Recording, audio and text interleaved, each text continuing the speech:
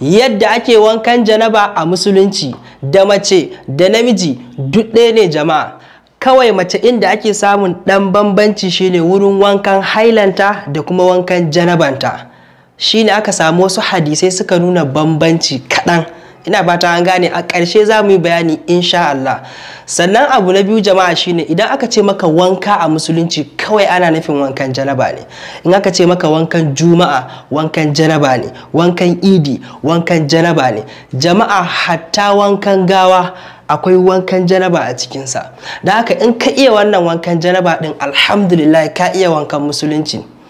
Wankan janaba ya kasu kashi biyu jama'a, akwai sifatul kamal akwai kuma sifatul ijza. Don haka za mu fara bayani ne dangane da sifatul ijza. Sifatul ijza ta fi sauƙi jama'a, ita kuma sifatul kamal tana da bayanai a ciki da yawa. Don haka za mu fara da mai sauƙin jama'a. Sifatul ijza shine bayan ka samu ruwa mai kyau mai tsarkakewa, abin da za ka yi shine niyya. Niyya kuma muka ce muhallinta yana zuciya, babu wani addu'a da ake karanta shi na niyya a baki jama'a, babu shi. Yawa bayan ka samo ruwanka muƙaddara baho ne irin wannan na talakawa, da mu zo mu faɗi kuma ina masu shaya ina masu swimming pool, duk za mu zo mu yi bayanin yadda za ku yi naku. Ina fata an gane, amma wannan shine na talakawa, kowa shi yake yi da shi. Na'am, idan ka ɗaura niyyarka ka shiga bayan gida kai tsaye sai ka ɗauki bahonka. Ku kiyaye jama'a, kawai sai dai ka ce bismillah, kana bismillah kawai sai ka shara shi a kanka. Ina fata an gane, ka tabbatar ruwan ya bi ko ina a jikinka. Misali yanzu wannan shine ruwan, ina fata an gane, sai ka yi bismillah bismillah bismillah kar ta fito, an gane ko kar ka fito da bismillah, kawai bakinka ya motsa ta bismillah din, an gane ko sai ka share ruwan a kanka gaba daya, ka tabbatar ya bi ko ina da ko ina a jikinka, yawon ku fes jama'a. Wannan kana gamawa abin da zai biyo baya shine sai ka ainihin kurkura bakinka, sannan ka gumtse ka shaƙi ruwa a hanci ka fyace, shikenan ka gama wannan sifatul ijza din jama'a. Idan kuma shaya kake amfani da shi, ina fata an gane, to kawai zaka kunna shayan ne ga yi bismillah, kawai ka kunna ta kawai sha ta bi jikinka gaba daya ko ina yawan ku jama'a.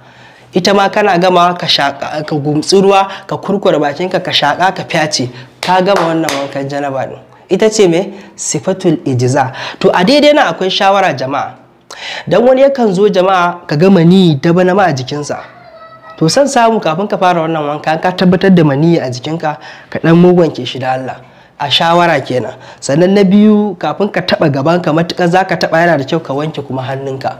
Sai ka wanke hannunka sai ka wawwanke gabanka inda mani, shikenan kana zuwa kawai ka yi bismillah sha jama'a, akwai sauki. In kuma swimming pool ne da kai, swimming pool shine irin abin nan wurin wanka kududdufi na zamani, za ka ga tsakar gida ne ko ina ne za ka ga an yi katon kogi, kana zuwa kawai tsumbul fada kawai za ka yi. Da haka ko kogi ne a ƙauyenku za ka iya yin haka, kana zuwa kawai ka yi bismillah kawai sai ka fada kawai danjam, shikenan ko ina ruwa ya bi, kana fitowa kawai ka kurkura bakinka ka shaka kawai ka fyace, shikenan. Amma kafin ka fada ruwan fa ka yi bismillah, an gane bismillah Allah madaukakin sarki da ta damu.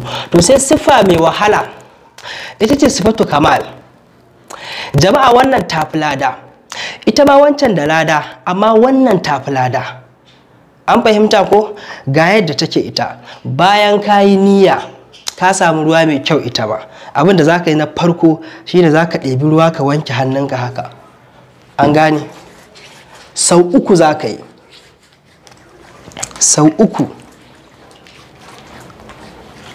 ka tabbatar yawonku haka.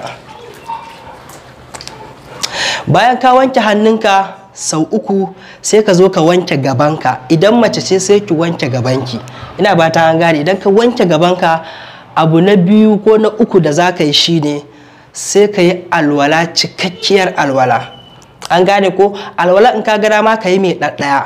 A daidai nan zan muku ishara zuwa ga alwala da muka koyar irin na manzon Allah sallallahu alaihi wa sallama.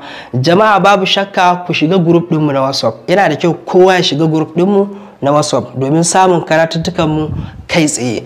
Idan ka buɗe profile na TikTok za ka ga link ɗin group ɗin WhatsApp ɗin, kana danna za ka gan shi zai kai ka har can WhatsApp ɗin, sai ka yi following shikenan duk abin da muka sauki zai dinga zuwa maka. A nan za ka ga cewa gashi nan siffan alwalan manzon Allah sallama mun kwatanta shi a aikace jama'a. Ina fatan an gane. Allah madaukakin sarki ya datar da mu. Don haka bayan ka yi alwala cikakkiya, in ka ga dama ka yi ɗaɗɗaya, alwalan ka yi mai ɗaɗɗaya, in ka ga dama ka yi mai bibbiyu, in ka ga dama ka yi mai uku, duka yayi daidai ne.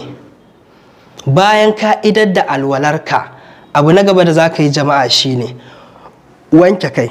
Wanke kayin nan kafin ka wanke ta, abin da ake so ka ɗan ɗebo ruwa haka, ɗan kaɗan haka, ɗan hannunka haka, sai ka ɗan shafe kanka. Saboda lokacin da mani ya fita a jikinka jama'a, ƙofofin gashinka sukan buɗe ne, sai ka wawwanke haka. Kaga ƙofofin gashin da su sarara, amma ba daidai bane daga zuwa ko ka ɗebi ruwa fash haka, za ka iya samun ciwon kai. Na haka jama'a sai ka ɗan shashafa ruwa haka, ƙofofin gashinka su ɗan bubbuɗe haka, su ɗan samu sararawa. Ina fatan dai an gane yawwa. Sannan abu na gaba da za ka yi shine sai ka ɗebo ruwan haka, sai ka ɗebo haka, sai ka zuba a kanka, ka wawwanke ko ina har wuya nan. Ina fatan an gane, ka wawwanke sau ɗaya kenan, ko sai ka yi na biyu haka, shi ma ka wawwanke, sai ka ɗebo na uku ma haka, ka wawwanke. Kaga sau uku ko yayi. Abu na gaba da za ka yi shine za ka raba jikinka biyu. Shine za ka wanke ɓarin nan, shine dama da damanka za ka fara, sannan kuma sai ka dawo hagu. An fahimta ko? Ka wanke, ka ɗebi ruwa, ka wawwanke ko ina duka har ƙasa. An fahimta ko? To ka gama da dama, sai kuma ka dawo hagu ma ka ɗebi ruwa, ka wawwanke shi ma har ƙasa. To shikenan ka gama da ɓarin nan da kuma ɓarin nan kenan. Ina fatan an gane. Allah maɗaukakin sarki ya datar da mu. Bayan kai wannan jama'a, shine cikakkiyar alwala da ake kiranta da cikakkiyar wankan janaba da ake kiranta da sifatu kamal. Allah madaukakin sarki ya datar da mu. Bayan nan sai dangane da mace, da nace bambancin wankan hailan mace da kuma wankan janabanta.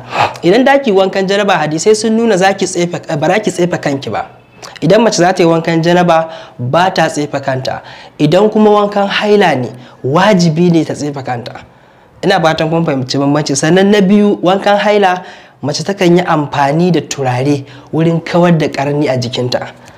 An fahimta ko? Sai sa duk talaucin ka sai ka sai a matarka turare. Wanda daga cikin bambanci din. Allah madaukakin sarki ya datar da mu.